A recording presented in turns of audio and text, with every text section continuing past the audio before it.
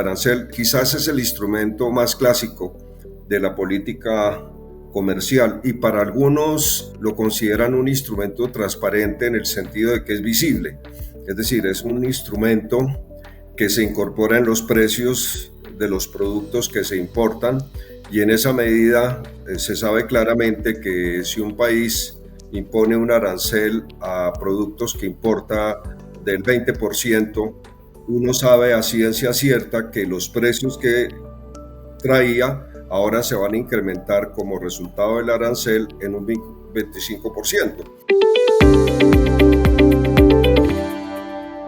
¿Por qué o para qué se imponen los aranceles? Es que eso sí ya hay ahí una serie de respuestas diversas también. Por ejemplo, una es la de proteger y estimular la producción nacional. Ese es como el criterio más dominante en el sentido del uso del arancel. Se ha usado mucho, por ejemplo, en todo el desarrollo de los países del sudeste asiático y también se usó un poco en el periodo de industrialización en América Latina y en países en desarrollo, el de la industria naciente. Cuando uno quiere cultivar y fomentar y hacer crecer una nueva industria, una manera es protegiéndola en sus primeros estadios para que genere las escalas, para que haga las inversiones, para que gane la competitividad y pueda ir al mercado internacional, momento en el cual ya la protección no va a ser necesaria.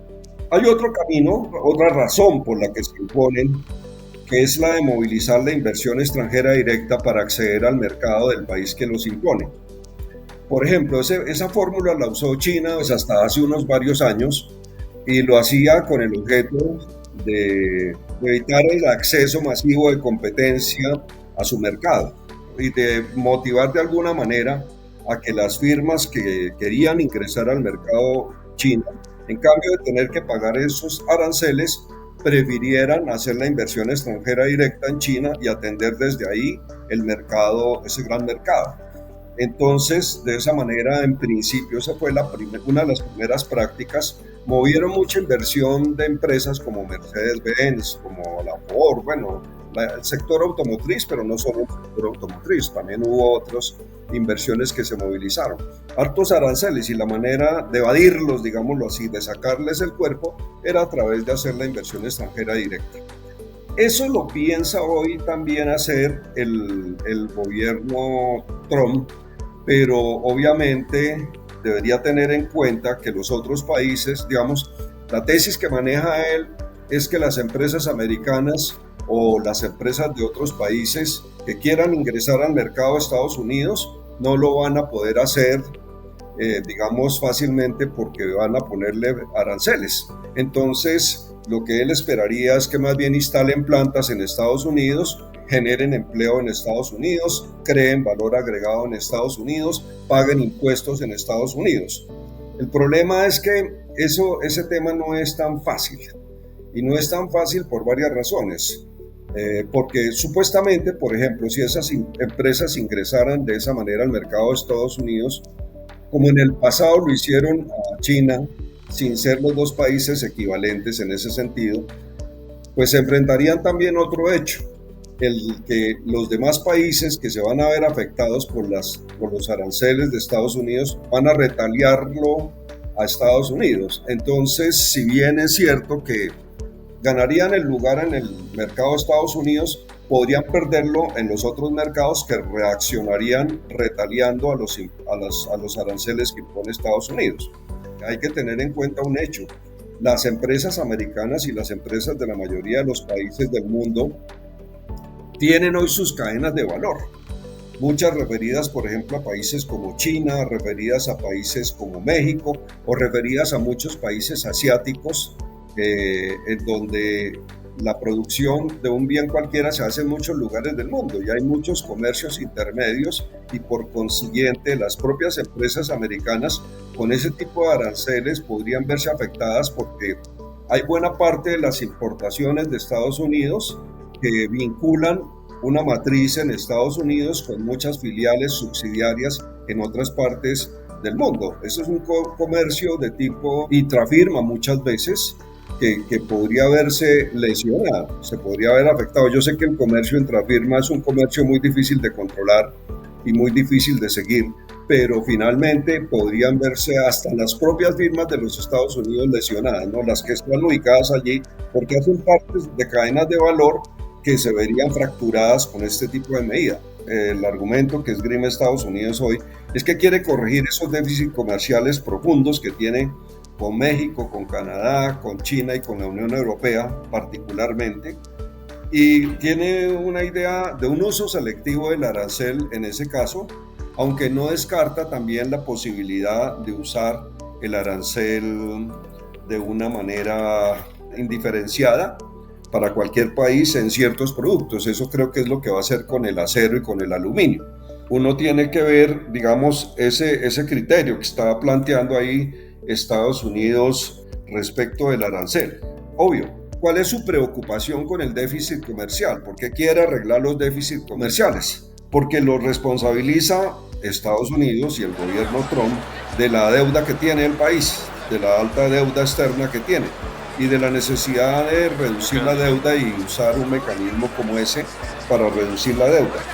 Entonces ahí es donde le viene la pregunta a uno, en una economía que no es tan abierta, sí, y realmente en donde el comercio no es lo que más pesa, digamos, dentro del total del gasto, sí, uno se pregunta si poner aranceles para corregir déficits comerciales, en definitiva, es tan efectivo corrigiendo deuda, sí, y si no habrá más bien otros factores que de pronto expliquen más la deuda en el caso de ese gobierno. Por ejemplo, ¿cuáles podrían ser esos otros factores? Por ejemplo, los programas de ayuda. Y uno sí ve claramente que también ahí está ejerciendo una acción el gobierno Trump, en el sentido de tratar de reducir todo ese gasto que tienen programas de ayuda, ¿sí? Para corregir el desequilibrio entre el ingreso de la economía y el gasto. La parte militar, todas las guerras que tiene por el mundo, para mí es muy probable que sean más causantes de su situación de deuda y de desequilibrio porque las guerras implican gastos, ¿sí? Y obviamente pues eso seguramente también esté detrás del tema. Su propia política fiscal, esa reducción de impuestos sobre los individuos más ricos, sí, muy probablemente ha hecho que los ingresos de la economía de los Estados Unidos no crezcan, pues los ingresos sobre todo del Estado, frente a los gastos del Estado, no tengan el equilibrio deseado. Entonces, el tratar de manejar esa tesis de armar aranceles para corregir déficits fiscales, porque son los culpables de la deuda, claro que tienen que ver con la deuda, pero sin duda hay otras razones que uno podría presumir que pueden ser mucho más poderosas tratando de explicar el tema de la deuda. La dependencia comercial nuestra con ellos es muy alta, 30% de nuestras exportaciones van para allá y lo que Estados Unidos depende de nosotros en ese sentido es insignificante, aunque las importaciones que hacemos de Estados Unidos, porque mucho es maquinaria, son instrumentos de producción, tecnología, realmente tiene un impacto importante sobre la operación de nuestra economía. Entonces no es solo lo que nos afectan por las exportaciones, sino también por las importaciones. Pero también está el tema de la inversión extranjera directa, ¿no? 40% de la inversión extranjera directa nuestra procede de los Estados Unidos. Y la verdad, esos dos mecanismos, comercio e inversión extranjera directa, con seguridad van a reducir el ritmo de crecimiento de nuestra economía y naturalmente ahí hay consecuencias que aparecen inevitablemente, ¿no? Por ejemplo, si la economía crece menos, la reducción de los recaudos pues pueden ser mucho mayor y eso agrava más el déficit fiscal y ahora se podría también generar un problema en la cuenta corriente por la vía de la balanza comercial. Sí, entonces comenzamos a tener una situación deficitaria más problemática, sí, en materia tanto de la balanza comercial como de la balanza de capitales y financiera, la cuenta capital por la inversión extranjera.